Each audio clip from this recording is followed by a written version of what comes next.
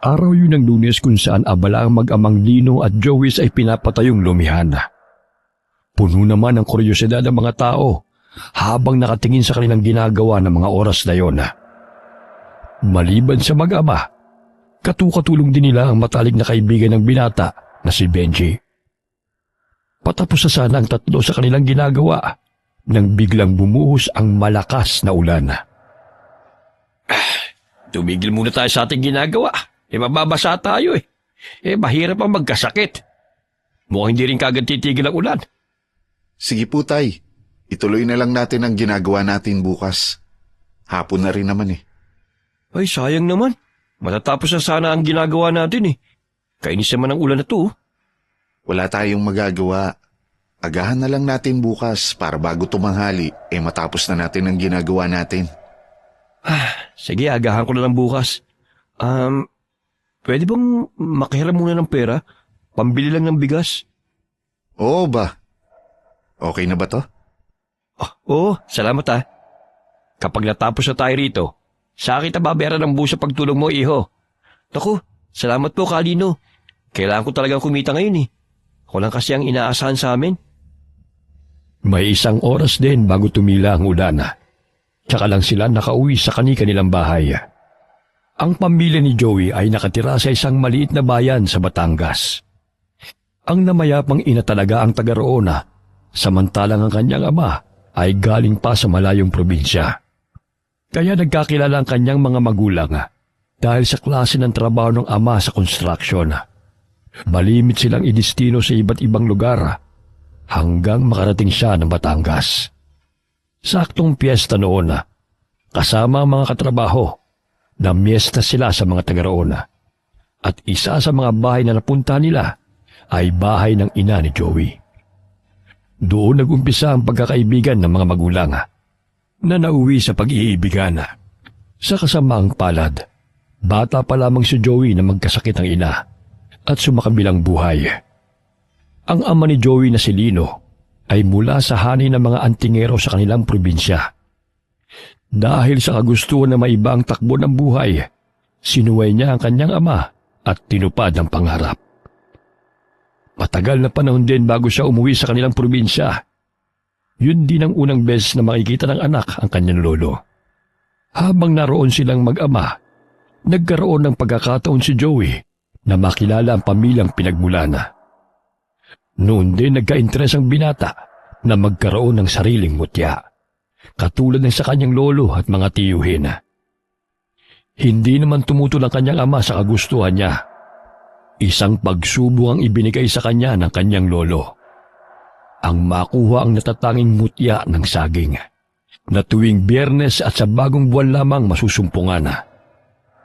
Naghanap ng puno ng saging na may usbong na nakaharap sa silangan noon si Joey. Naghintay lamang ng hating gabi ang binata bago ibinuka ang petal ng saging at sa kanya hinintay na mahulog ang mutya mula roon. Mapalad ang taong may tanga ng mutya ng saging dahil tiyak na mabango sa mga nakapaligid, lalo na sa mga kababaihan. Magiging maswerte rin sa negosyo, trabaho, pampamo at pangontra sa iba't ibang karamdaman. Mabisa rin ito laban sa mga iba't ibang elemento. Dahil sa taglay na mutya, nagkaroon ng lakas ng loob si Joey na pasukin ang pagnenegosyo ng lumihan. Kinabukasan, kasama ang ama, muli nilang binalikan ang trabahong naiwan. Naabutan na nila doon si Benji na ngumiti pa sa kanila. Oh, kanina ka pa ba, Benji? Hindi po, Kalino. Halos magkakasunod lang po tayo. Hindi mo na kami hinintay. Nag-umpisa ka na agad. Oo, kaya nga inagahan ko ng punte para makapag-umpisa ka agad. Baka kasi abuti na naman tayo ng ulan katulad kahapon . Oo nga. Teka lang diyan muna kayong dalawa. Pupuntahan ko lang yung mga ipinagawa kong lamesa. Sige po, Tay. Para mga upuan na lang sa susunod. Sino nga pala ang kukunin mong tauhan dito sa tinatayo mong lumihan? Tayo lang munang dalawa. Hindi ko pa kasi kayang magbayad ng mga tao . Ha? 10 lamesa yung pinapagawa mo. Kakayanin ba natin magsilbi kapag napuno ng customer to? Pansamantala lang naman . Hindi pa nga natin alam kung papatok ba ang lumihan ko . Sa bagay nga, madali namang magdagdag ng mga tauhan kung sakali. Nang bumalik si Lino, sakay na siya ng truck na nagdi-deliver. Karga ang mga lamesang ipinagawa nila. Palibas ay maagang nakatapos sina Joey sa kanilang ginagawa. Tulong-tulong na nilang ibinaba ang mga lamesa at saka inayos. O yan, kumpleto na ang mga lamesa mo, Joey. Hintay na lamang natin matapos yung mga upuan. Oo nga, Tay. Kailan po kaya nila maide-deliver yung mga upuan? Matatapos na rin nila ngayong araw eh. Baka bukas i-deliver na rin nila dito. Excited na rin kasi ako mag-umpisa eh. May kukunin ka bang cook o ikaw na rin ang magluluto? Mas gusto ko pong ako mismo ang magluluto para alam ko ang timpla na nais ko. Yung mga serbidora. Kami na rin po muna ni Benji ang bahala. Medyo malaki na po kasi ang nailalabas kong pera eh. Tsaka na lang po ako kukuha ng serbidora kapag kumikita na. Sana naman ay pumatok yung lumihan mo, anak. Marami ka rin kasing kakompetensya eh. Ang kagandahan lang, ikaw lamang ang may lumihan dito sa lugar natin. Huwag ka mag-alala, Tay. Masarap ako magluto. Yun ang ipinagmamalaki ko. Tsaka iba-iba ang timpla ng lumihan. Sa lasa naman nagkakatalo eh. May tiwala naman ako magtatagumpay ka sa pinasok mong negosyo.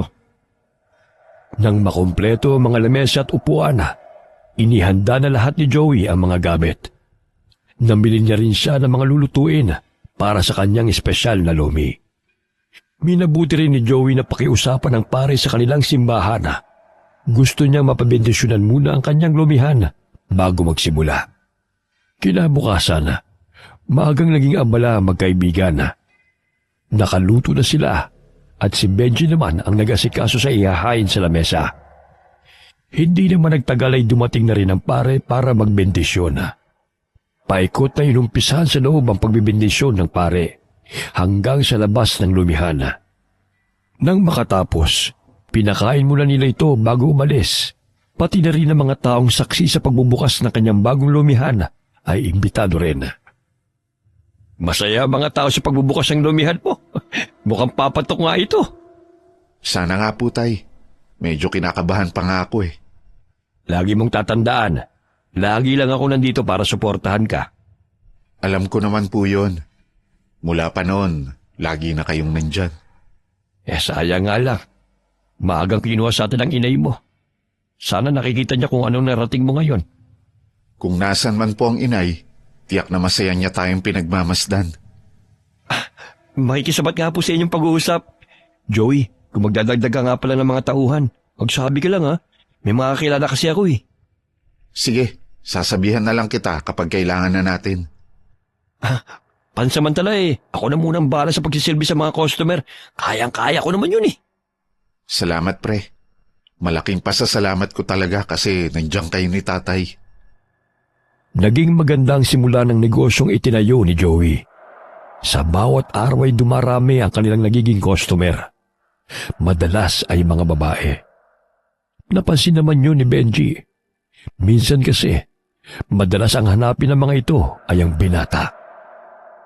Alam mo, nagtataka lang ako sa'yo. Bakit na naman? Halata kasing malapit sa'yo yung mga nagiging customer natin mga babae. Ano bang sekreto mo? Iba na ang magandang lalaki. Nagbuhat ka na naman ng sarili mong bangko. Kung sa bagay, mas pogi ka nga kasi sa akin. Kaso wala ka pa naman nagiging nobya kahit isa.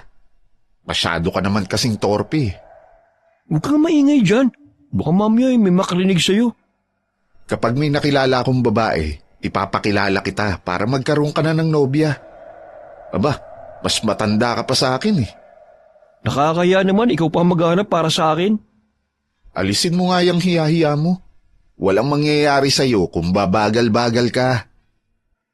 Naging maayos naman ang takbo ng negosyo ng binata. Dahil doon, kumuha na siya ng mga serbidora na makakatulong nila. Hindi na rin kasi nila kinakaya kapag dagsa ang mga kumakain. Si Lino naman ay dumadalaw minsan sa isang linggo. Hindi na rin kasi umuwi ang magkaibigan. May araw kasi na inaabot din ng gabi ang dating ng mga customer nila. Alam mo ba pare, meron akong nabalitaan na may mag-inang dayo daw dito sa atin. San daw sila galing? Mula daw sa malayong probinsya. Palibhasa, puro lang dito sa lumihan mo tayo umiikot.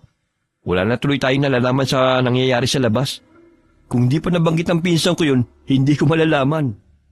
Hindi naman ito ang unang beses na nagkaroon ng dayo dito sa atin eh. Meron bang espesyal sa mag-ina? Maganda raw kasi yung anak na dalaga. Ah, talaga? Oo, kakaiba daw ang taglay na ganda. Wala daw katulad sa mga kagandahan na narito sa lugar natin. Interesado ka bang makilala yung dayong dalaga? Kung makikilala ko ba eh. Tsaka kung sakali na magkakilala kami, baka hindi rin niya ako magustuhan. Bagamat hindi kagwapuhan si Joey, ang pagiging madiskarte niya sa buhay ang hinahangaan sa kanya ng mga kadalagahan. Malakas din kasi ang karisma niya sa babae. Baliwala naman yon sa binata. Focus muna kasi siya sa kanyang negosyong lumihan. Tsaka na lamang niya pagtutunan ng tungkol sa pagpasok sa isang relasyon. Nang araw na yon, may magandang balitang nakarating sa kanya. Tiyak kasing lalakas lalo ang kanyang lumihan. Meron nga palang gaganapin na palaro sa 1 linggo dito sa atin. Aba, magandang balita yan ah. Baka sa bakanting lote malapit dito sa atin nila ilalagay. Kapag nagkataon, lalong lalakas ang lumihan natin. Tingnan mo nga naman ang swerte. Oo nga no. Kaya humanda ka sa pagdagsa ng mga customer natin.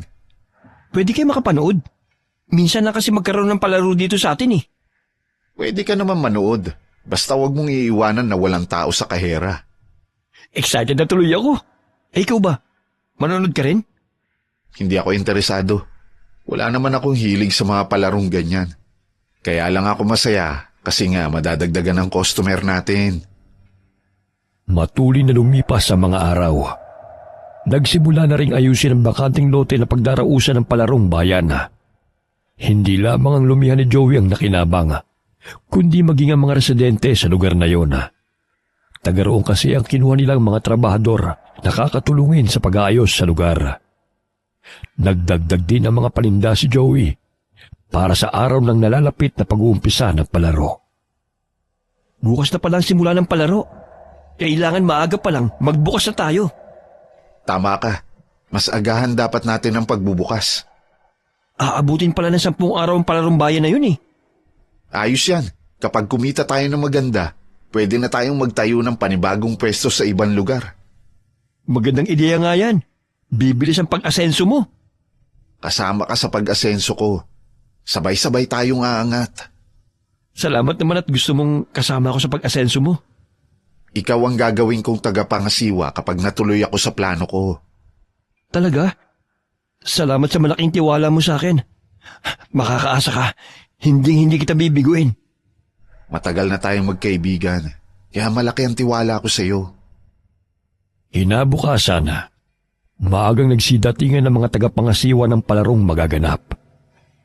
Hindi naman nagtagal, dumating na rin ang mga lalahok sa palaro. Maraming klaseng laro ang gaganapin, kaya maraming imbitado na taga-iba't ibang lugar. Maaga pa lamang, dinagsana ng mga tao ang lumihan ni Joey na inabot hanggang gabi. Magandang kinita natin ngayong araw.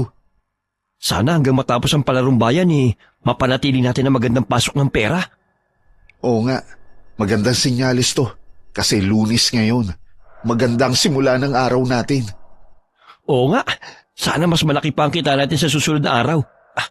Siya nga pala, meron akong sasabihin sa'yo. Tungkol saan ang sasabihin mo? Nagkita pala kami ng pinsan ko sa may palaruan. Inimbita ko na pumunta rito. Isasama daw niya yung sinasabi niya ng dalagang dayo.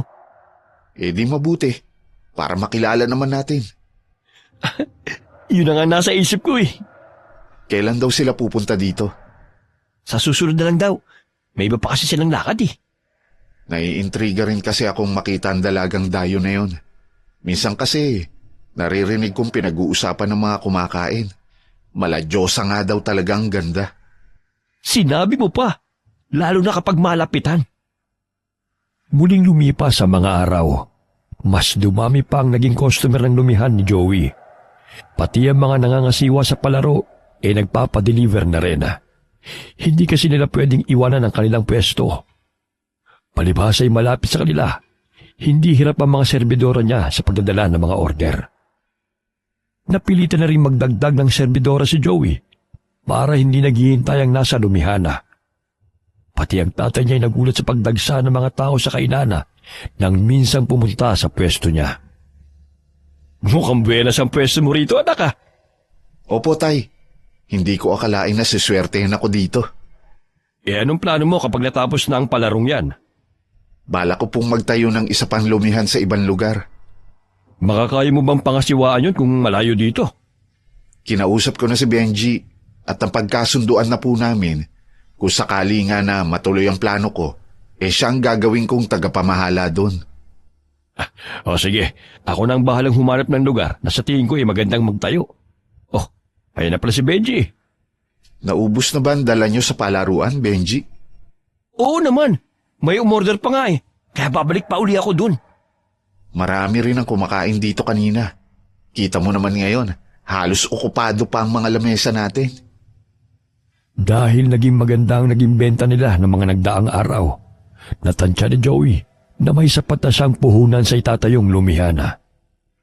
Hanggang nang sumunod na araw, tiyempo na naman siya ulit ang pinsan ni Benji. Isinama niya ang dalawa upang ipakilala sa kaibigan. Pre, nandito ng pinsan ko. Kasama niya sinasabi ko sa iyong dalaga. Aba, maganda nga pala. Sinabi ko naman sa iyo eh. Bigyan mo sila ng makakain para matikman nila ang ating lomi. Baka bumalik pa ang mga yan kapag nasarapan sa timpla ko. Masusunod ang utos mo, boss. Huwag mo nga akong matawag na boss. Nakakahiya sa mga nakakarinig eh. Bakit ka naman mahiya? Ikaw naman talaga ang boss dito. Kapag ikaw ang kausap ko, huwag mo akong tawaging boss. Sige, sabi mo eh. Uy, napansin ko. Simpleng sumusulyap sa iyo kasama ng pinsan ko. Mukhang ikaw ang kursunada. Napansin ko din naman yon. Pero huwag ka maingay dyan. Baka marinig nila. Sige, aasikasuhin ko muna sila. Nang palis na ang pinsan ni Benji, pasimpleng sinulipan ni Joey ang magandang dalaga. Mula nang masilayan niya ang kakaibang ganda nito, lihim na siyang humanga rito. Nakabuo kaagad siya ng plano na isang araw ay magpapasama siya kay Benji sa bahay nito. Nang matapos na ang palaro, tinuos na ng binata ang kinita sa 10 araw na yon. Kailangang makausap niya ang ama para maumpisa na ang planong pagpapatayo ng isa pang lumihana. Anak, maganda ang lugar na nakita ko. Dating may umuupa na hindi makabayad ng renta, kaya pinalis ng may-ari. Mabuti naman po at mabilis kayong nakahanap. Dati kasing karinderya, kaya linis na lamang ang kailangan. Sakto pala. Narinig mo ba, Benji, ang sabi ng tatay? Oo, kinakabahan lang ako eh. Kasi hindi ko pala magpatakbo ng ganitong negosyo eh. Tapos ipagkakatiwala mo na kagad sa akin. Nandito naman ako. Aalalayan kita. Malaki ang tiwala ko sa iyo na kaya mo rin. Lakasan lang ng loob yan. Sige na nga. Basta nandiyan ka lang sa likod ko. Pero bago ako makipag-usap dun, pwede bang samahan mo muna ako? Akit ka naman ng ligaw doon sa dalagang maganda? Ligaw ka naman agad. Siyempre magpapakilala muna. Pati na rin sa nanay niya. Hindi na nagsayang ng panahon na magkaibigan na. Agad silang nagpunta sa bahay ng mag-inang Dayo. Medyo may kalayuan din ang bahay ng mga ito at halos nasa boundary na ng kabilang baryo. Maayos naman silang hinarap ng mag-ina. Halos inabot din sila ng 1 oras sa pagkipagkwentuhan. Walang kamalay-malay si Joey na sa pakikipagkilala niya sa mag-inang Dayo, ang siyang magiging mitsa ng kanyang kalbaryo sa darating na hinaharap. Mukhang mabait naman yung nanay, di ba? Oo, pero huwag ka masyado magtitiwala. Hindi pa natin sila gaano kakilala. Bakit mo naman nasabi yan? Samantalang dati atat kang makilala ko yung babae. Hindi ba sinabi sa'yo kung saan probinsya sila galing? Ang sabi lang, Bisaya daw ang lahi nila. May kumakalat kasing balita dito na kaya sila umalis sa kanilang probinsya, aswang ang mga yan. Kailan ko lang din nalaman Hindi na uso ang aswang ngayon. Kwento lang yun. Ano ko ba? Paalala lang naman yun sa akin. Salamat sa pag-aalala. Siya nga pala, kailangan ko nang makausap yung may-ari ng rerentahan kong kainan. Sasama ba ako sa'yo? Oo naman, kailangan mong sumama. Ikaw nga mangangasiwa doon kapag nagbukas tayo eh. Kaya dapat kaharap ka rin. Agad nilang pinuntahan ang nasabing pwesto. Kinausap ni Joey ang may-ari. Nagkasundo naman sila sa magiging renta na nakasaad sa kontrata. Kinabukasan din, ipinalinis niya yun. Dinala na rin nila ang mga gamit na kakailanganin para makapagbukas na. Palibas ay malapit lamang ito sa katayan ng baka at gayon din sa palengke. Hindi mahirap para sa kanila ang pamimili. Ipinasya naman ni Joey na pumunta sa palengke para bumili ng ibang gamit na kakailanganin nila sa pagluluto. Aksidenteng nagkita sila na mag-inang Dayo. Agad nilang pinuntahan ang nasabing pwesto. Kinausap ni Joey ang may-ari. Nagkasundo naman sila sa magiging renta na nakasaad sa kontrata. Kinabukasan din, ipinalinis niya yun. Dinala na rin nila ang mga gamit na kakailanganin para makapagbukas na. Palibas ay malapit lamang ito sa katayan ng baka at gayon din sa palengke. Hindi mahirap para sa kanila ang pamimili. Ipinasya naman ni Joey na pumunta sa palengke para bumili ng iba pang gamit na kailangan nila sa pagluluto. Aksidenteng nagkita sila na mag-inang Dayo. Nandito rin po pala kayo para mamalengke. Oo, nagpasama nga kami sa pinsan ni Benji kasi hindi pa namin kabisado ang lugar na to. Meron nga po pala akong bubuksan na lumihan dyan sa tapat. Baka gusto niyong kumain kung pupunta uli kayo dito sa palengke. Opo nga, Nay. Natikman ko na kasi ang lomi ni Joey. Masarap nga. Minsan kasi isinama ko ng pinsan ni Benji sa isang pwesto niya sa malapit na pinagdausan ng palarong pambayan. Hayaan mo. Basta magawi kami dito ay kakain kami dyan. Gusto ko rin matikman ng lomi mo. Aasahan ko po kayo. Itinuro lang ni Joey sa kaibigan kung paano ang dapat gawin sa pagpapatakbo ng lumihana. Mabilis namang nakuha ni Benji ang mga dapat gawin. Natuwa naman si Benji sa tiwalang ibinigay sa kanya ng kaibigan.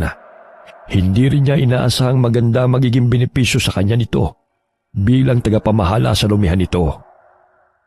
Patuloy pa rin namang tinatangkilik ng mga tao ang unang pwesto ni Joey. Kapag maaga siyang nagsasara sa hapon, pumapasyal naman siya sa bahay ni Annie. Aba, sa balakat ng aking binata. Nakaporma ka. Sa bahay po ni na Ani. Umakit ka na ba ng ligaw sa dalagang yun? Opo, Tay. Unang kita ko pa lang po sa kanya tinamaan na ako. Aba, mukhang nakatagpo ka rin ng babaeng nagpatibok sa puso mo. Magbabaka sakali lang po, Tay, kung magugustuhan din ako. Alam ko maraming babaeng napapaibig sa'yo, anak. Masyado ka lamang mapili. Hindi ko nga po alam, Tay, kung anong karismang meron ng babaeng yun. Unang kita ko pa lang, nabighani na ako sa kanya. Ay, ilang taon na bang babaeng balak mong ligawan? Nasa 23 na daw po. Ayos yan, bata pa pala eh. Tiyak magkakaroon ako ng maraming apo kapag nagkatuluyan kayo. Sana po magdilang anghel kayo. Hindi naman nagtagal sa kanyang panliligaw si Joey. Naging nobya niya si Annie. Ang nanay naman ito, parang hindi sang-ayon na magkaroon ng katipan ng anak dahil dayo lamang sila doon. Nagangamba ang matandang babae na baka isang araw ay iwan din niya ang anak nito. Ayaw niyang mangyari sa anak na mabigo sa unang pag-ibig. Makakaasa po kayo na hindi ko pa iiyakin si Annie. Ay, sana nga wag mong lolokohin ang anak ko. Dahil kung hindi, ako ang makakalaban mo. Huwag po kayong mag-alala. Hindi ko po lolokohin ang anak nyo. Siya lang po ang mamahalin ko habang nabubuhay ako. Mabuti naman kung ganon. Sige, maiwan ko muna kayo. Medyo kinabahan ako sa sinabi ng nanay mo. Nasaktan din kasi siya dati noon sa tatay ko, kaya siguro sobra siyang nag-aalala ngayon sa akin. Ganun ba? Iba naman ako sa tatay mo eh. Alam ko naman yun eh. Nag-iisang anak din ako, kaya naiintindihan ko kahit papano ang damdamin ng inay mo. Lalo't babae ka. Walang magulang na nais masaktan ng anak. Kaya nga wag mo kong paiiyakin sa huli, ha? Oo, pangako yan. Dahil sa sayang nararamdaman, hindi na nila namalayan ng oras. Kahit ayaw pa sana, nagpaalam na rin si Joey na uuwi dahil malapit ng maghating gabi. Habang pauwi, laman pa rin ang isip niya ang dalaga, maging ang nanay nito. Sumasagi din sa kanyang isip ang naging reaksyon nito. Buo na sa isipan na patunayan pa sa mga susunod na araw ang malinis niyang intensyon para kay Ani. Lumipas ang mga araw, lalong naging maganda ang takbo ng kanyang negosyo. Maging ang relasyon nila ni Ani ay naging maayos din. Habang lumilipas ang mga araw, lalo niyang minamahal ang dalaga. Tuluyan na rin niyang nakuha ang loob ng ina nito. Naging maganda rin ang patakbo ni Benji sa isa pang lumihan ni Joey. Kaya lalo nag-uumapaw sa kaligayahan ng binata. Isang hapon, dumating si Mang Lino. Bakas pa sa mukha nito ang pag-aalala. Ibinalita sa kanya nito na may nakita raw isang malaking asong gumagala sa duluhan ng baryo. Pinaghihinalaan ng mga taga roon na isa itong aswang. Hinabol daw ito ng mga nakakita, subalit nawala na lamang daw bigla nang pumasok sa may kawayanan. Naku tay, meron pa bang aswang ngayon? Totoo sila, anak. Hindi ko lang tiyak kung talagang aswang ang nakita nila. Akala ko sa malalayong lugar at liblib na probinsya lang sila naroon. Kahit saan, pwede silang mapadpad. Lalo na kapag merong iniiwasan.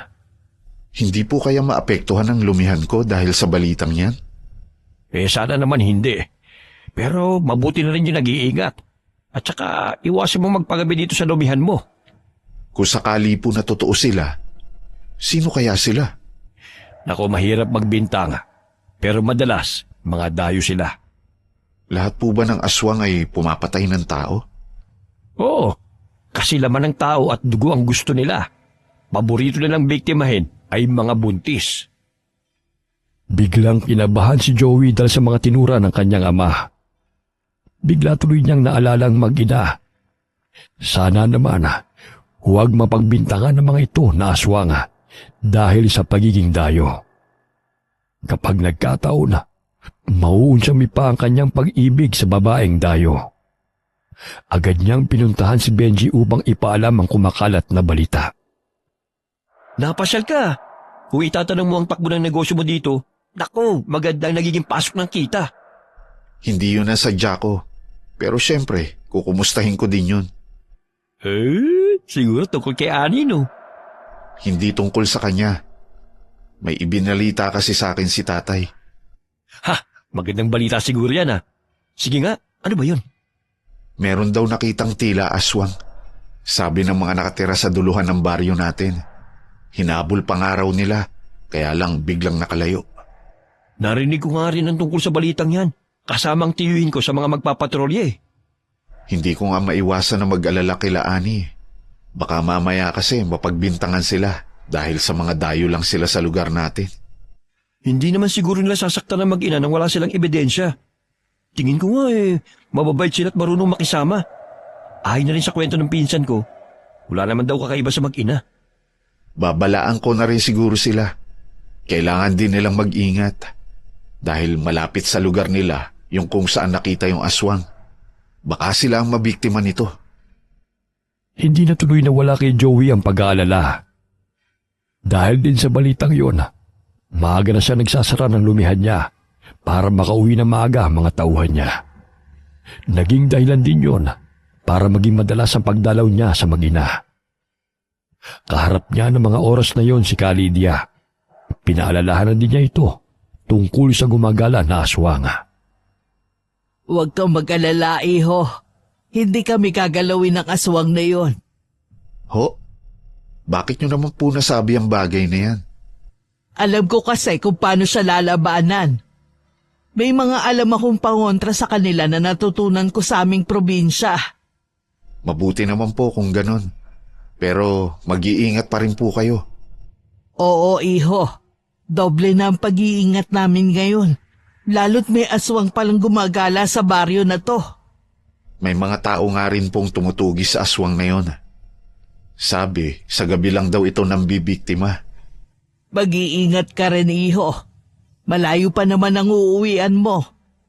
Pasensya ka na rin kung hindi ka namin pwedeng patulugin dito sa aming bahay, ha?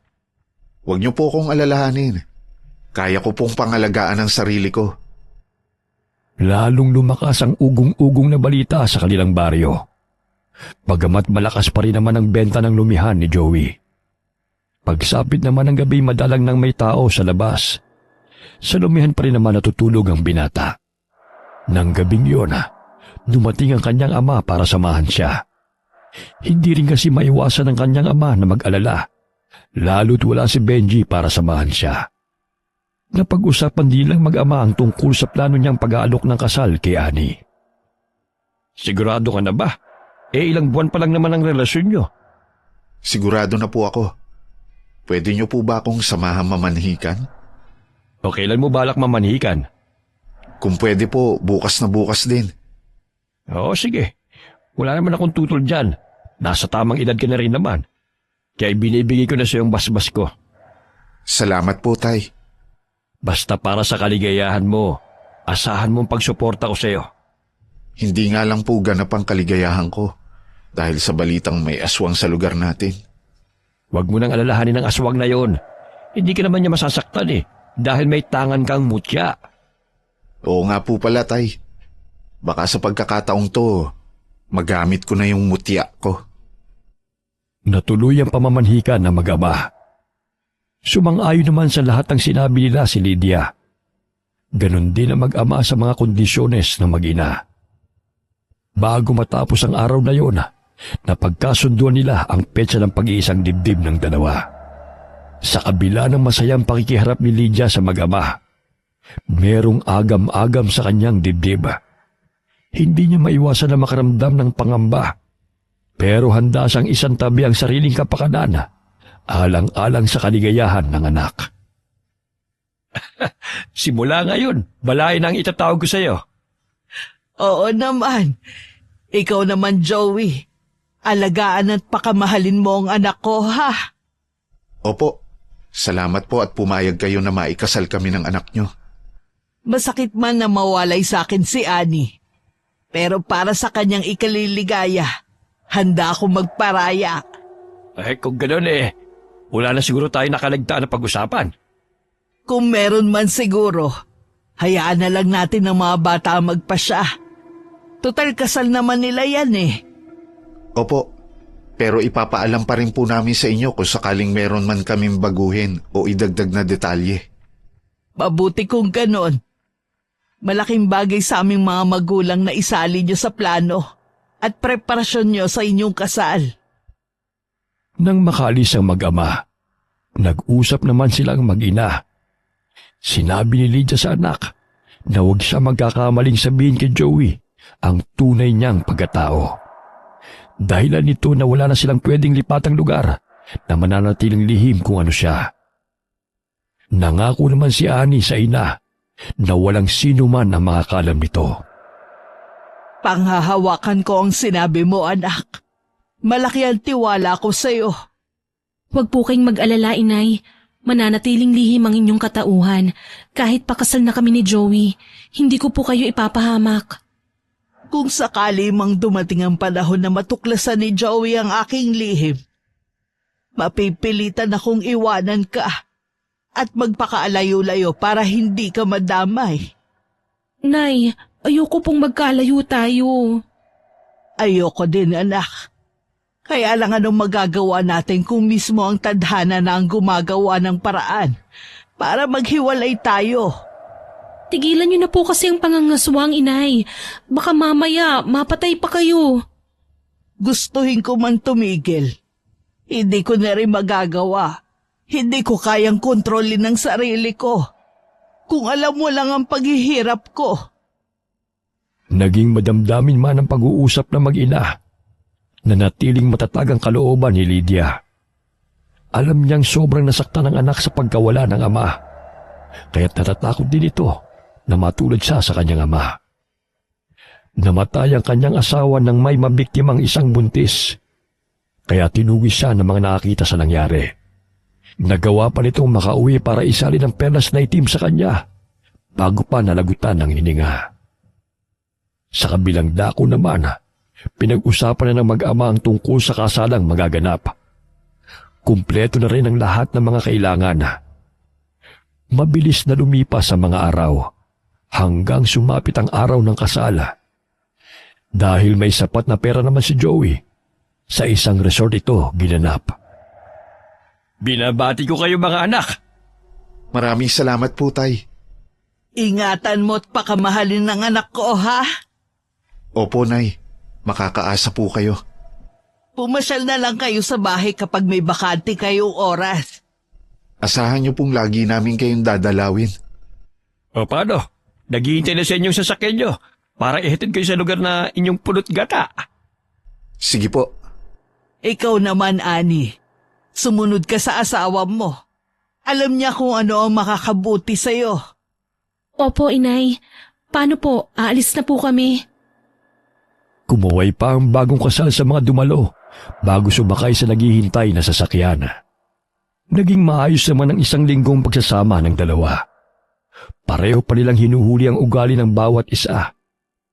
Katulad na lamang na dahil hindi marunong magluto si Ani, ang asawa muna ang nagluluto ng pagkain nila. Wala namang masabi si Joey pagdating sa kalinisan ng bahay ang asawa.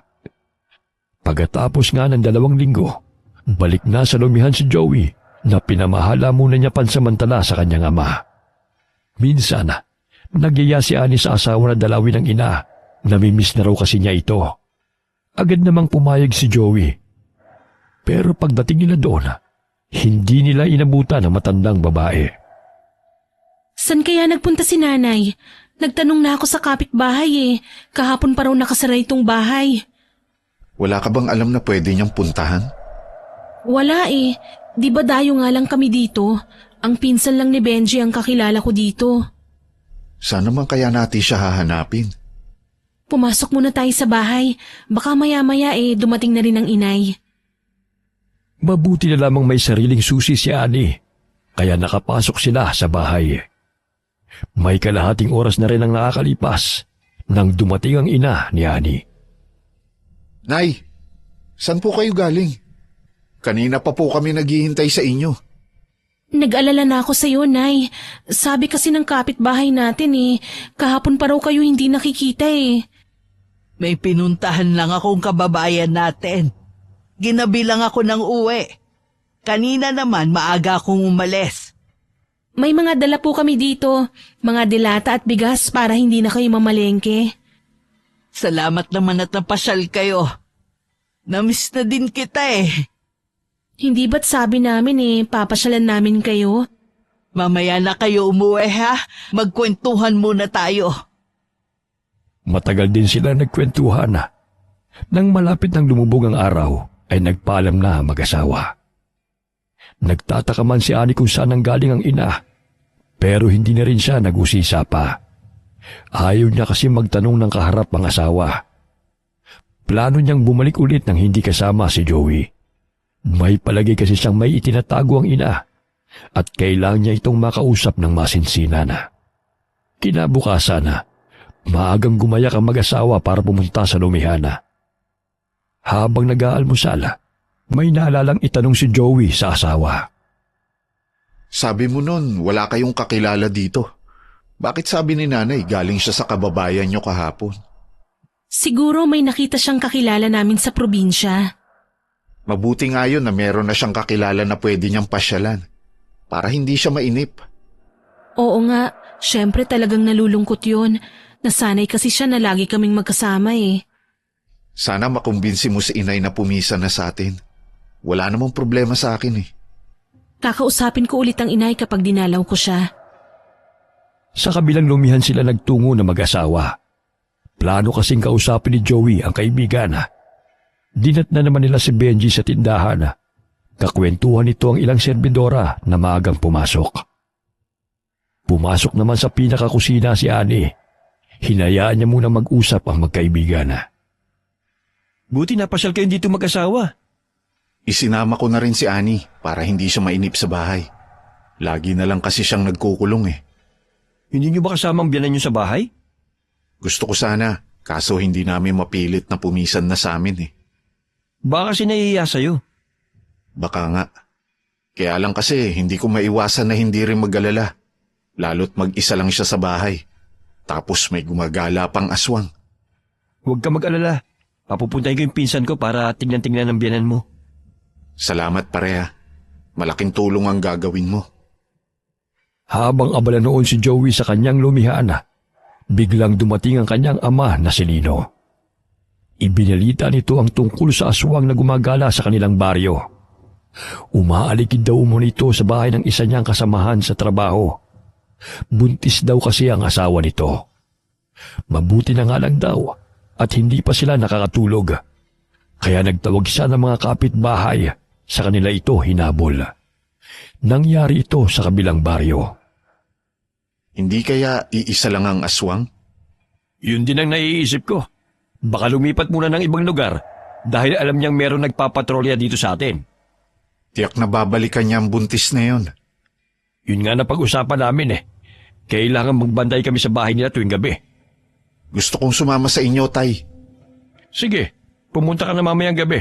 Hihintayin kita sa bahay. Umanap ka na lamang na makakasama si Annie habang wala ka. Sasabihin ko rin sa biyanan ko na mag-iingat siya, lalo na sa gabi. Wala din siyang kasama sa bahay niya eh.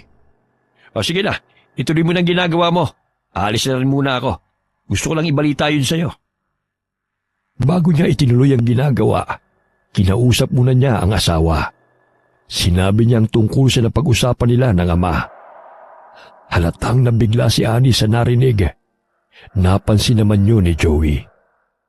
Niyakap niya ang asawa at sinabing huwag matakot. Sasama ako kay na tatay mamayang gabi. Kailangan daw bantayan na yung bahay ng kasamahan niya sa trabaho. May nakita daw na malaking aso doon na umaaligid. Huwag ka nang sumama. Natatakot akong mag-isa eh. Pasasamahan muna kita sa isa nating serbidora. Kailangang mapatay na yun para hindi na makabiktima pa. Bakit kailangan mo pa akong pasamahan? Pwede naman muna akong umuwi kay nanay. O sige, para hindi ko na rin siya inaalala. Hindi na. Kaya ko naman umuwing mag-isa dun eh. Maaga pa naman. Kapag nandoon ka na, isara niyong mabuti ang pinto ng mga bintana ha. Oo, ako nang bahala. Nagpaalam na si Annie sa asawa para umuwi sa bahay ng nanay niya. Pagdating napansin kagad niyang sarado na ang buong bahay. Hindi rin niya nadatna ng kanyang ina. Gusto sana niyang hanapin ito pero pagtingin niya sa labas ng bintana, kalat na ang dilim. Minabuti niyang maghintay na lamang. Naging kainip-inip ang mga sandali. Hindi na rin niya namalayan na makakatulog siya sa sofa. Naalimpungatan na lamang siya na makarinig ng malakas na kalabog sa may kusina. Ang kanyang ina na ang dumating. Napansin niyang hirap ito sa paglalakad. Nay, saan po kayo galing? Ani, anong ginagawa mo rito? Nasaan ang asawa mo? Kasama po siya ni tatay. May babantayan daw silang buntis na inaaligiran ng malaking aso doon. Mabuti at hindi nila ako napuruhan, anak. Nadaplisan ako ng sibat na kawayan ng mga humabol sa akin. Nay, kailan ba kayo titigil? Tignan niyo nga yung nangyari sa inyo. Hindi ko makayang pigilan ang sarili ko, anak. Hindi ko rin naman mailuwa ang perlas na itim na isinalin sa akin ng yumaong mong ama. Natatandaan niyo ba kung sino ang mga humabol sa inyo? Parang ang isa sa kanila ay pamilyar sa akin. Mabilis kasi kung tumakbo nung nadaplisan ako sa braso. Hindi sila titigil hanggat hindi kayo nahuhuli. Pues, mas gugustuhin ko pa mamatay kesa mahuli nila ako. Hindi niya kayang pigilan ng ina. Ganito rin ang kanyang ama nung nabubuhay pa. Hindi na niya tinulungan ang ina. Alam niyang kaya nitong gamutin ang sariling sugat. Umuwi na siya sa kanilang bahay. Dinatnan niyang natutulog pa ang asawa. Marahan ang bawat kilos niya para hindi ito magising. Tiyak niyang napuyat ito ng gabing yun. Mataas na ang araw nang magising si Joey. Nagulat pa siya nang makitang nakauwi na pala ang asawa. Nandito ka na pala. Ang akala ko, doon ka muna titigil sa nanay mo hanggat may binabantayan kami. Babalik na lang ako doon tuwing hapon. Totoo nga yung malaking aso na nakita nila. Kita rin ang dalawa kong mata eh. Swerte lang na nakaligtas siya ng masibat ng isa naming kasama. Kailangan niyong mag-ingat ha. Hindi basta-basta ang tinutugis niyo. Oo naman. Ayaw ko ring mapahamak ako. Lalo't may asawa na ako. Umiiyak na yumakap si Ani sa asawa. Ipiniramdam niyang mahal na mahal niya ito. Gumanta rin ang yakap si Joey sa kanya. Saka dinampian ng halik sa noo. Mabilis na lumipas ang mga araw. Walang palatanda ang may panganib pang nakaamba sa buntis na binantayan ni na Joey. Hanggang sa makapanganak yun. Wala pa bang pag-asa na maging tatay na rin ako? Pasasaan din magkakaanak rin tayo. Huwag kang mainip. Sa bagay, mag-iisang taon pa lang naman tayong kasal. Naiinggit ka lang ata sa iba na buntis na ang asawa eh. Hindi naman. Nasasabik lang ako na may tumawag na sa akin na tatay. O siya, pupunta muna ako sa palengke ha. Wala na kasi tayong stock na ulam eh. Sasamahan na kita para makadaan din ako sa lumihan. Gusto ko rin kausapin si Benji. Magkasamang umalis ang mag-asawa para pumunta ng palengke. Tumiretso si Ani sa pamilihan. Si Joey naman ay tumuloy sa kanyang lumihan. Ikinuwento niya sa kaibigan ng mga naganap na pangyayari ng mga nakaraang araw. Hindi rin makapaniwala si Benji sa balitang narinig. Nang matapos sa pamamalengke, dinaanan na lamang ni Ani ang asawa.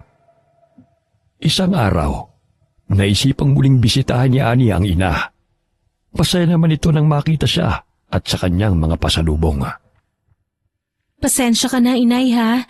Masyado kasi kaming naging abala sa lumihan ng mga nakaraang araw. Ngayon lang ako nagkaroon ng pagkakataong bisitahin ka. Naiintindihan naman kita. Tsaka magaling na rin ang sugat ko. Mabuti pa kaya lumayo na tayo dito inay. Natatakot kasi ako na baka mabuko nila kayo eh. Ako lang dapat ang lumayo at hindi ikaw. Pero nay, Hahanapin ka ng asawa mo. paano kung isang araw ay matsyempohan ka ng mga tumutugi sa'yo? Kung sakaling dumating man ang pagkakataong yun, sisiguraduhin ko na may mabibiktima ako sa kanila. Bago pa man ako mapatay. Nay, huwag niyo nang hintayin na mapahamak pa kayo. Sana naman po ay makinig kayo sa akin. Hindi na rin nagtagal si Ani sa bahay ng ina. Habang pauwi, hindi niya maiwasan na makaramdam ng takot at lungkot. Baka kasi isang araw ay mangyari ang kinatatakutan niya. Hanggang makauwi tuloy, mabigat ang kanyang dalahin sa dibdib. Pinilit na lamang niyang maging masigla sa harapan ng asawa. Kumusta ang inay mo? Ayos naman siya. Hayaan mo. Kapag hindi tayo masyadong abala dito, madalas tayong pupunta doon. Tinatanong ka nga din niya bakit hindi raw kita kasama? Sinabi ko na lang na marami kang ginagawa. Mabuti na lamang, hindi na halata ni Joey na may mabigat siyang dinadala. Ilang sandali lang, nagtatawanan na sila dahil sa mga biro sa isa't isa. Sa kabila ng masaya nilang pagsasama, hindi pa rin mawala-wala ang agam-agam sa puso niya. Baka kapag nabunyag ang lihim ng kanyang ina, pati siya ay mapagbintangan ng asawa na aswang. Galing nga pala si tatay dito. Gusto niya sumama ulit ako sa kanya mamayang gabi. Saan daw kayo pupunta? Pabilog na kasi ang buwan. Yun daw ang panahon na lumalabas ang mga aswang. Kailangan na daw naming magpatrolya ulit. Ganun ba? Akala ko napaslang nyo na dahil tumigil na kayo sa pagpapatrolya. Hindi nga napatay. Kaya may palagay silang sasalakay uli. Isa pa, baka gaganti yon dahil nasugatan nga siya. Mag-iingat ka ha. Hindi biro ang kalaban nyo. Marami naman kaming magkakasama. Hindi na namin paliligtasin yon sakaling bumalik ang aswang. Lingid kay Ani, mula nang masugatan ng ina, mas lalo itong naging agresibo. Gusto nitong makaganti sa mga taong tumutugis dito. Nang gabing yon, bigo ang grupo ni na Joey na mahuli ang aswanga. Lumipas ang ilang araw. Kabilugan na muli ng buwan ng gabing yon. Maagang sinundo ni Joey ang kanyang tatay. Kailangan na raw kasi nilang magpatrolya. Sinamantala naman ni Annie ang pagkakataong yun na tumalilis para puntahan ang ina. Gusto niyang makasigurong hindi aalis ng bahay ang ina. Subalit nang makarating siya sa bahay, ay wala na nga ito. Magkahalong takot at kaba ang kanyang nararamdaman ng mga sandaling yun. Hanggang sa sumapit ang hating gabi, may naramdaman siyang humahangos papasok ng bahay. Nakita niya ang inang duguan at may malalim na sugat. Agad siyang lumapit at umiiyak na yumakap rito. Naghihinga doon na ito ng mga oras na yon. Awang-awa siyang pinagmamasdan ito. Isang desisyon ang kailangan niyang gawin para matapos na ang paghihirap nito. Ininuwa nito ang itim na perlas at saka ipinasa nito sa kanya. Ito na ang sandaling kinatatakutan ko. Ang iwan mo ko ng tuluyan, inay. Palibhasa'y madaling araw na noon, kaya wala pang gising sa mga bahay na kanyang nadaanan. Kaya sigurado siyang walang nakapansin sa kanya. Wala pa si Joey nang dumating siya sa bahay. Agad niyang hinubad ang damit na nabahira ng dugo matapos yakapin ang ina. Umaga na nakauwi si Joey. Hindi na sila nakapag-usap sa pagod. Agad itong nakatulog sa pagkakahilata sa sopang kahoy. Kailangan hindi ako mapansin ni Joey na mugto ang aking mga mata. Kailangan kong magpakatatag ngayong wala na si nanay. Tanghali na nang magising si Joey. Napansin din ng asawa ang suot nitong damit. May punit pa at madumi. Kahit alam na niya ang nangyari, nagkunwari na lamang si Annie na walang alam. Napahaba ang tulog ko. Hindi na nga kita ginising para lumipat sa kama. Alam ko kasing napagod ka at napuyat kagabi. Pasensya ka na kung basta na lang ako humiga dito kanina. Hindi man lang kita nakausap kahit sandali. Hindi ko rin namalayang nakatulog na pala ako . Ano bang nangyari? Napunit pa yung damit mo at ang dumi pa Nakasagupa na namin yung malaking asong gumagala. Halos lagpas na nga ng hating gabi na yun . Anong nangyari? Hindi pala madaling kalaban yun. Kaya matagal ang naging pagtugis. Mabilis pa ngang nakatakbo . Natakasan naman pala kayo . Oo, pero nakakatiyak kaming mamamatay na din yun. Paano naman kayo nakakasiguro? Marami siyang tama at malaki ang sugat sa may tiyan. Tumutulo pa nga ang dugo habang papatakas na . At may lason yung itak na ginamit sa kanya. Lihim man siyang nangungulila sa pagkawala ng kanyang ina. Kasabay noon ang galit sa taong pumatay dito. Hindi niya alam kung paano ipaghihiganti ang ina kung isa sa naging dahilan ng pagkamatay nito ay ang asawa niya mismo. Nagpasa siyang maging kalmado sa kabila na nangyari. Ayaw niyang matulad sa kanyang mga magulang. Palagay ko naman matatahimik na itong lugar natin. Oo, wala nang gagambala sa mga taga rito maging sa ibang lugar. Pwera na lang kung may kasamahan pa yon. Baka naman wala na. Sana nga.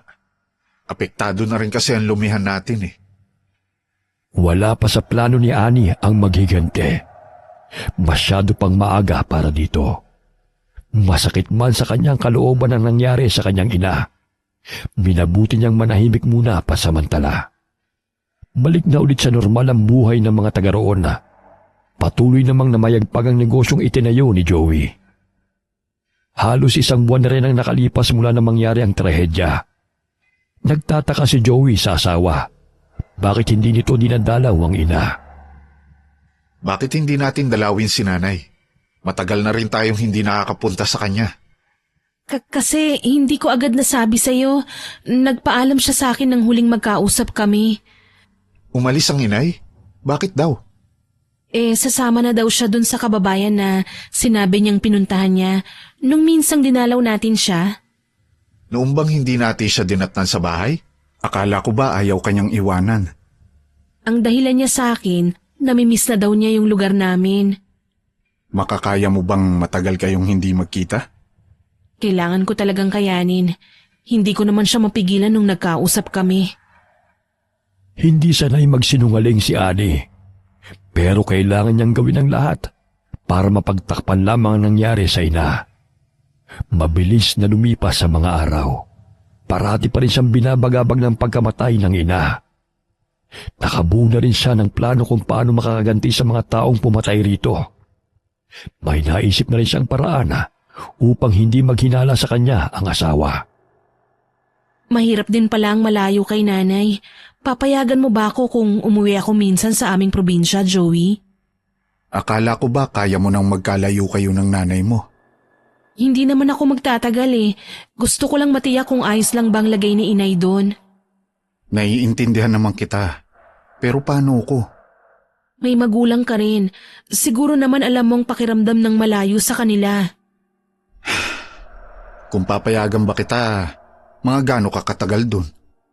Siguro 1 linggo o higit pa. Kailan mo ba balak umuwi sa probinsya nyo? Baka sa Makalawa na. Pwede ba akong sumama sa'yo? Wag na. Baka mapabayaan mo lang ang negosyo mo dito eh. Baka pagbalik mo bagsak na ito. Sabagay, tama ka dyan. Sige, papayagan na kita. Nakaplano na ang gagawin ni Annie sakaling umalis siya. Hindi naman totoong uuwi siya sa kanilang probinsya dahil sa kanyang ina. Hahanap siya ng pansamantalang titigilan sa lugar na walang nakakakilala sa kanya. Sa kanya uumpisahan ang pagganti sa mga taong may atraso sa kanya. Alam niyang marami ang sangkot. Pero ang mahalaga sa kanya, kahit isa lamang sa mga yon ang kanyang mapatay, ay sapat na. Habang hindi pa ako umaalis, tutulungan muna kita sa negosyo mo. Di ba sabi mo humina ang pasok ng pera sa'yo? Tila napabayaan na ni Benji. Oo nga, hindi ko rin alam kung anong dahilan eh. Baka naman may iba nang ginagawa ang kaibigan mo na hindi mo alam. Aalamin ko nga ang nangyayari. Baka kasi may problema na hindi sinasabi sa akin si Benji. Baka naman sa sobrang pagtitiwala mo, hindi mo alam niloloko ka na pala. Matalik na kaibigan ko si Benji. Hindi niya magagawang lokohin ako. Kailan mo siya balak kumprontahin? Bukas ko na siya pupuntahan. Kinabukasan maagang umalis si Joey para kausapin ang kaibigan. Ngunit pagdating sa pwesto, mga tauhan lamang ang naroon. Napag-alaman niya sa mga ito na madalas wala si Benji roon. Hindi naman masabi ng mga ito kung saan ito nagpupunta. Hindi naman nagtagal, dumating na rin ang kaibigan. Halata ang pagkagulat sa mukha nito nang makita siya. Bigla kaya tayong napasugod dito. May problema ba? Sinadya ko talagang pumunta na walang abiso. Ha? Bakit naman? Halika muna sa pinaka-opisina. Gusto ko makapag-usap tayo ng walang makakarinig. Ano bang mahalaga natin pag-uusapan? Maupo ka muna. Kaya ako nagpunta dito para alamin ang dahilan kung bakit humina ang pasok ng pera galing dito. Kuwan kasi. Bakit hindi mo maipaliwanag? Patawarin mo ko, Joey. Nagkaroon kasi ako ng nobya. Anong kinalaman ng nobya mo sa mga nangyayari dito? Mahinaw naman ang pag-uusap ng dalawa. Napag-alaman ni Joey na nabuntis ng kaibigan ng nobya. Kaya suportado niya ito pati na rin ang buong pamilya. Ang pera sa lumihan niya ang ibinibigay ng kaibigan sa mga ito. Napatungo na lamang si Benji pagkatapos dahil sa matinding hiya. Si Joey naman tumiim ang anyo habang nakakuyom ang kamao. Sa huli nagpasya si Joey na tanggalin na ang kaibigan. Nakikiusap pa ito sa kanya pero buo na ang desisyon niya. Buo na ang pasya ko. Sinayang mo ang tiwala ko sa'yo. Pasensya ka na. Hindi ko naman nakalain na mapapasubo ko sa relasyong pinasok ko. Bakit naman pati ang pamilya niya kailangan mong suportahan? Pinagbantaan kasi ako ng tatay. Natakot naman ako. Ang mali sa ginawa mo, Pinakialaman mo ang perang hindi naman sa'yo. Dapat nakipag-usap ka muna sa akin. Hindi yung nangahas ka kagad na pagnakawan ako. Napatungo na lamang si Benji. Hindi nito magawang salubungin ang tingin sa kanya ng kaibigan. Alam niyang malaking kasalanan ang nagawa niya rito. Balak naman niyang isauli ang perang nakuha niya rito. Pero hindi niya akalain na mabubuko siya kaagad. Walang magawa kundi lisanin niya ang lumihan. Pinulong naman ni Joey ang mga tauhan pagkalis ng kaibigan. Sinabi niya sa mga ito na siya muna ang mga ngasiwa sa pwestong pinabayaan ni Benji. Tinuruan muna ni Joey ang isa niyang mapagkakatiwalaang tauhan bago umalis. Nang makauwi na, dinatnan niya ang asawang abala sa paglilinis ng bahay. Nandyan ka na pala. Ano, kumusta naman ang naging pag-uusap niyo ng kaibigan mo? Tama ang hinala mo. Hindi ko inaasahan na lolokohin niya ako. Anong ginawa niya? Yung perang kinikita dun sa lumihan, ibinibigay niya pala dun sa kanyang nobya. Yan na nga bang sinasabi ko yung sobra kang tiwala, tapos sa bandang huli, ikaw pang lolokohin. Ang mabigat pa dito, nabuntis niya ang babae. At dahil dito, pinagbantaan pa siya ng mga magulang nito. Paanong pagbabanta? Kailangan daw, pati sila, kailangan suportahan ni Benji. Kung hindi daw, may masamang mangyayari sa kanya at sa nobya niya. Baka ang akala nila kay Benji yung lumihan. Ganun na nga. Kaya pinaalis ko na siya. Anong sabi niya? Humingi naman ng dispensa at nangako namang babayaran unti-unti kapag nakahanap ng bagong trabaho. Paano na ngayon? Sino nang mangangasiwa doon? Ako muna. Hahatiin ko ang panahon sa 2 pwesto. Napagkasunduan na mag-asawa na si Joey muna sa kabila habang wala pang nakukuhang kapalit si Benji. Sumang-ayon naman si Annie sa suhestyon ng asawa. Kaya naman ipinagpaliban niya muna ang kunwaring pag-alis. Makalipas naman ng halos 1 buwan, ay nanumbalik na ang sigla ng lumihan.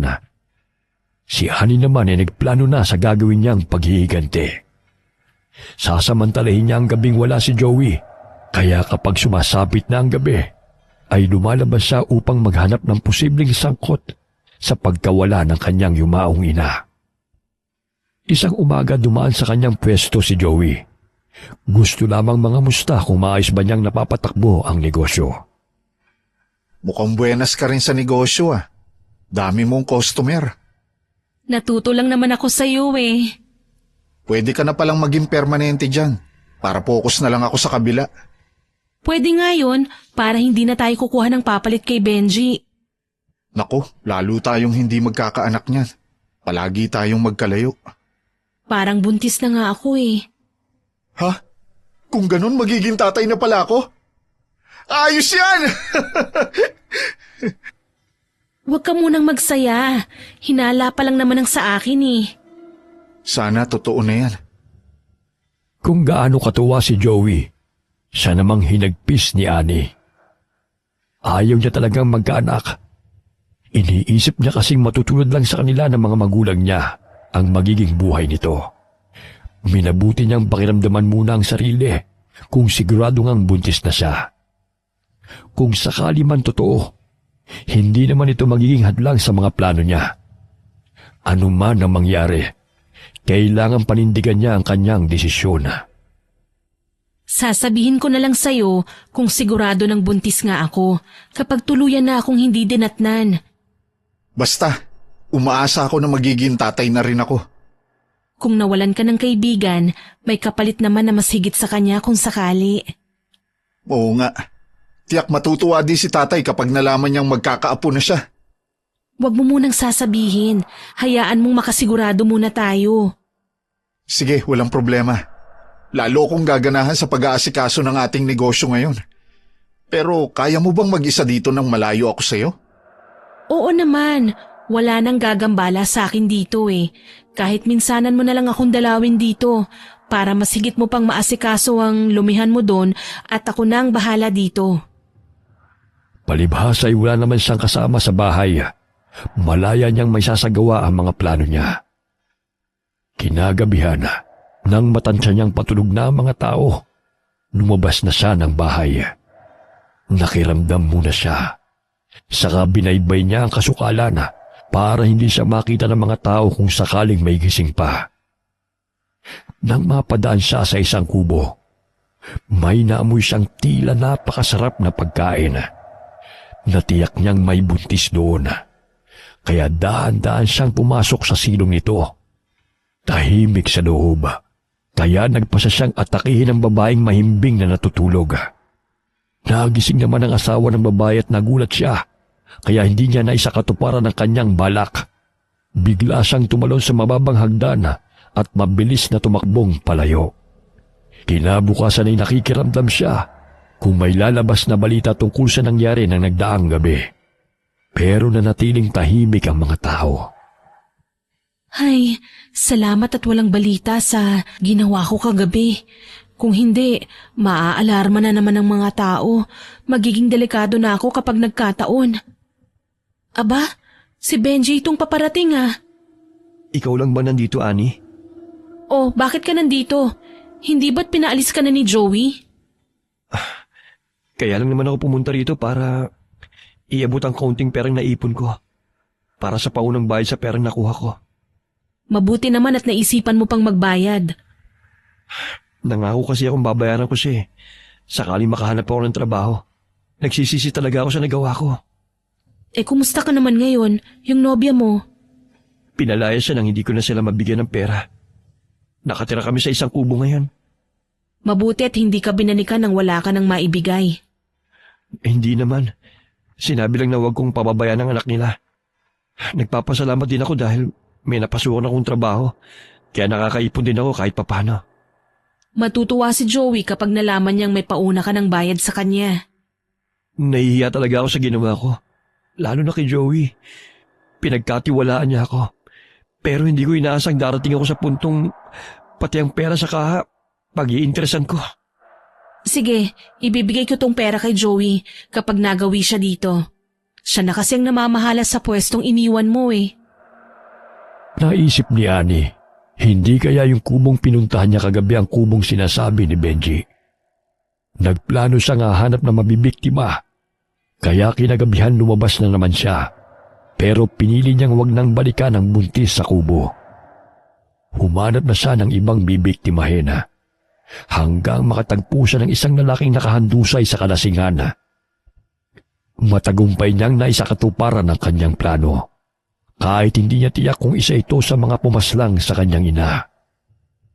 Umuwi siyang masaya.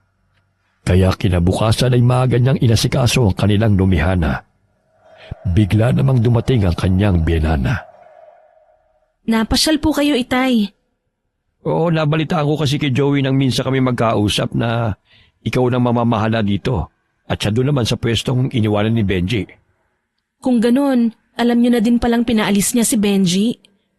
Oo, nalulungkot nga ako nang malaman ko Matalik pa naman sila magkaibigan. Nagpunta nga po pala siya dito nung isang araw. May dalang paunang bayad sa nakuha niyang pera sa kita ng lumihan. Mabuti kahit mapano may hiya pang natitira sa kanya. Siguro po, isinasaalang-alang pa rin niya ang pagkakaibigan nila ng asawa ko. Bueno, wala ka ba namang nagiging problema sa pagpapalakad ng lumihan na ito? Pati na sa mga tauhan niyo. Wala naman po, mabait naman silang lahat. Tsaka natutunan ko na rin po kung paano patakbuhin ang negosyong ito. Mabuti naman kung ganon. Sa wakas may katuwang na rin ang anak ko. Natuwa naman si Annie sa pagdalaw ng biyenana. Lihim siyang napangiti nang hindi nito itanong kung magkakapo na siya. Hindi muna siya umalis kinagabihan. Mananatili muna siyang tahimik. Makalipas ang ilang linggo, naramdaman niyang tila may kumikislot sa kanyang sinapupunan. Halo ang nararamdaman niya ng mga sandaling yun. Hindi niya gustong manahin ang kanyang magiging anak, ang lahing kanyang pinagmulan. Lahi ng mga aswang. Gusto niyang lumaking normal na tao lamang ito. May sasabihin pala ako sa'yo. Ano yun? Pumasyal dito si Benji at nagbigay ng paunang bayad sa perang nakuha sa kaha mo. Aba, mabuti naman at naisipan niyang magbayad. Kahit hindi lahat ng kanyang kinuha. Meron pa akong isang balita sa'yo. Hulaan mo. Pinag-iisip mo pa ako Sige na, sabihin mo na kung ano yun. Hindi naman ako manghuhula eh. Magkaka-baby na tayo. Sa wakas, magiging tatay na ako. Pwede ko nang ipagmalaki kay tatay to. At tiyak matutuwa din yun kapag nalaman niyang magiging lolo na rin siya. Oo, pwede na. Pero huwag kang mag-alala. Kahit wala akong kasama dito, kaya kong alagaan ang katawan ko at ang dinadala ko. Kailangan sigurong kumuha tayo ng mag-aalaga sa'yo habang lumalaki ang tiyan mo. Wag na. Kaya ko nang pangalagaan ang sarili ko. Walang pagsidla ng saya si Joey sa magandang balita ng asawa. Lalo siyang naging inspirado sa kanyang negosyo. Swerte niyang itinuring ang pinagbubuntis ng asawa. Samantala sumithi naman ang pagnanasa ni Annie na muling makakain ng laman ng tao. Kaya isang gabing hindi niya mapigilan ang sarili. Umanap siya na mabibiktima. Pero sa malayong lugar siya pumunta. Nagawa man niya ang mga bagay ng lihim sa kanyang asawa, pero hindi pa rin sapat ang mga naging biktima niya. Gusto niyang panindigan ang pangako sa ina, kaya hindi siya titigil kahit tumalaki na ang kanyang tiyana.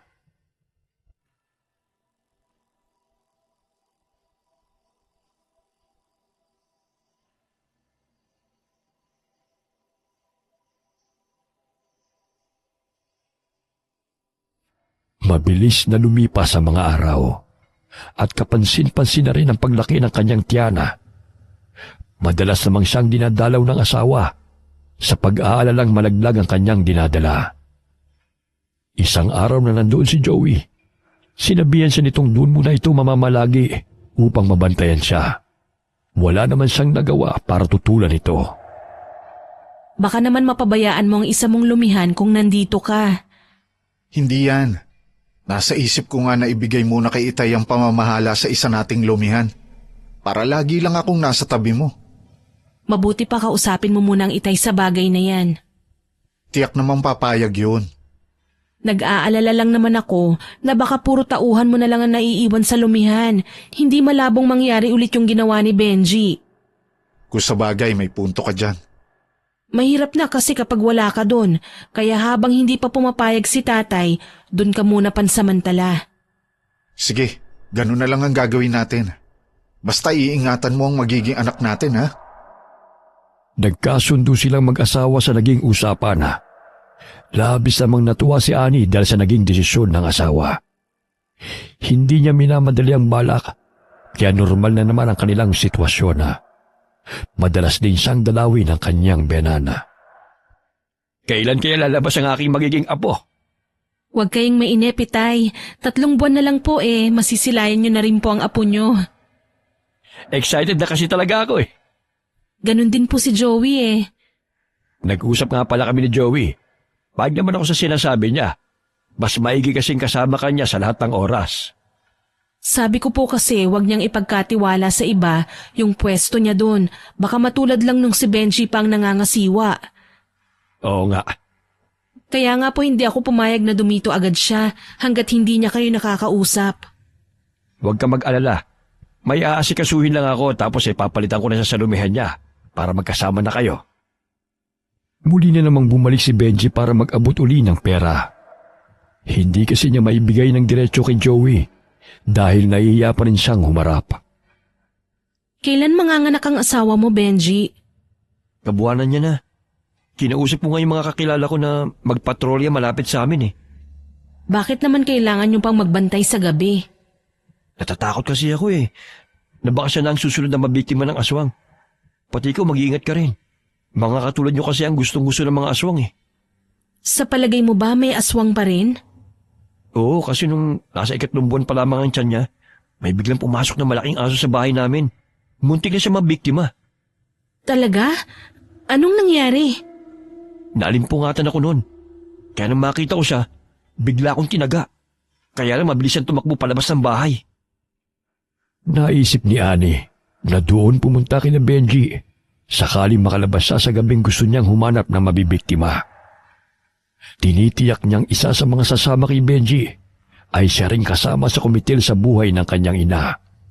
Kaya kailangan niya makatsyempo ng magandang pagkakataon. Bakit natahimik ka sa mga sinabi ko? Hindi naman. Hindi ko akalain na meron pa palang nangyayaring ganun dito. Oo, bihira na nga lang. Kaya ikaw mag-iingat ka din. Oo, salamat. Wala yun. Kahit sa ganong paraan, makabawi naman ako ng tiwala sa inyo mag-asawa. Nang makaalis si Benji, naalala niya ang asawa at ang kanyang biyanana. Ano mangyayari sa kanila sakaling maisakatuparan niya ang plano? Paano kung sa pagkakataong yun ay mapatay siya? Napahawak siya sa kanyang tiyana. Kinausap niya ang anak sa sinapupunan. Anak, kailangan magsakripisyo tayo. Alang-alang sa yumao mong lola. Kung hindi tayo pala rin, patawarin mo ko. Maging ang tatay at lolo mo ay tiyak na mamumuhi sa akin. Alam niyang may hangganan ng kanilang lahi, kaya ayaw niyang mabuntis. Hindi niya sinadya yun, pero nangyari. Namumuhi siya sa kanyang sarili. Bakit natuto pa siyang umibig? Bakit hindi mga pangkaraniwang tao na lang ang kanyang naging mga magulang? Mga katanungang hindi niya kayang sagutin. Matinding galit at lungkot ang kanyang nararamdaman ng mga sandaling yon. Nang dumating si Joey, may dala itong mga prutas para sa kanya. Malungkot siyang napayakap dito at napansin naman kaagad yun ng asawa. O bakit? Ganyan ba talaga ang mga buntis? Ewan ko ba? Basta pakiramdam ko ang lungkot ko. Siguro nga masyadong emosyonal ang mga buntis. Ang mahalaga naman ay nandito ka na. Magkakasama na tayo palagi. Kinagabihan na, nang tahimik na ang paligid. Lumabas na si Annie. Patungo siya sa direksyon ng bahay ni Benji. Naiisip pa lamang niya ay nananabik na siyang makain ng sanggol sa sinapupunan ng asawa nito. Agad siyang nag-anyong aso at marahas na sinugod ang nakaawang na pintuan ng bahay. Hindi niya alam, nakahanda na pala si Benji sa kanyang pagdating. Agad siya nitong inundayan ng taga na ikinasugat niya. Nagkagulo ang mga kasama ni Benji nang marinig ang kaguluhan. Nandun din si Lino. Pinaikutan nila ang bahay. Nang biglang lumabas ang aso, hindi na nila ito pinabayaang makatakas hanggang sa mapatay. Nagpalit na ito sa anyong tao. Nagulat pa sila nang makilalang si Annie ang aswang. Agad namang pinuntahan ni Benji ang kaibigan at sinabi ang pangyayari. Hindi ito makapaniwala na ang mahal niyang asawa ang aswang. Ani, mahal ko. Paano nangyaring ikaw ang aswang? Ani!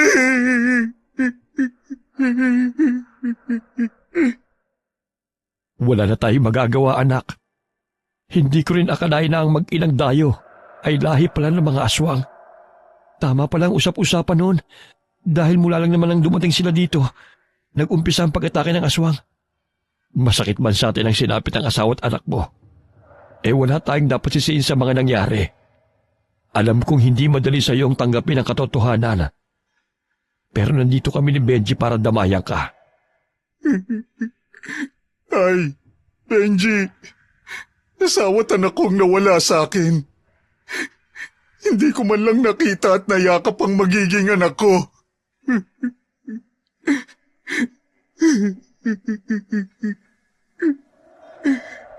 Patawarin mo ko, Joey. Marami na ako naging atraso sa'yo. Hindi ko kasi alam na si Annie ang aswang eh. Ako ang unang nakataga sa kanya. Gayun pa lamang, anak. Tanggapin mo na ang nangyari. Hindi talaga kayo nakatadhana sa isa't isa ni Annie. Hindi rin kayo makakapamuhay ng normal kung buhay siya. Nakayakap pa rin sa labi ng asawang patuloy na umiiyak si Joey. Nawalan siya ng ulirat sa pagdadalamhati sa pagkawala ng mga mahal niya sa buhay. Hindi naman nag-akasaya ng panahon si Lino at inasikaso ang labi ng manugang. Sa kabila ng matinding pagsubok na kanyang pinagdadaanan, nahihirapan man siyang tanggapin ang katotohanan ay pinilit niyang bumangon ulit. Itinuna lamang niya ang kanyang atensyon sa kanyang negosyo upang makalimutan ang mapait na karanasan sa buhay pag-ibig. Muli niyang kinuhang katuwang si Benji. Nagpatuloy naman ang kanyang pag-asenso sa negosyong lumihana hanggang sa nakatagpo ulit siya ng babaeng mamahalin habang buhay. Wakas,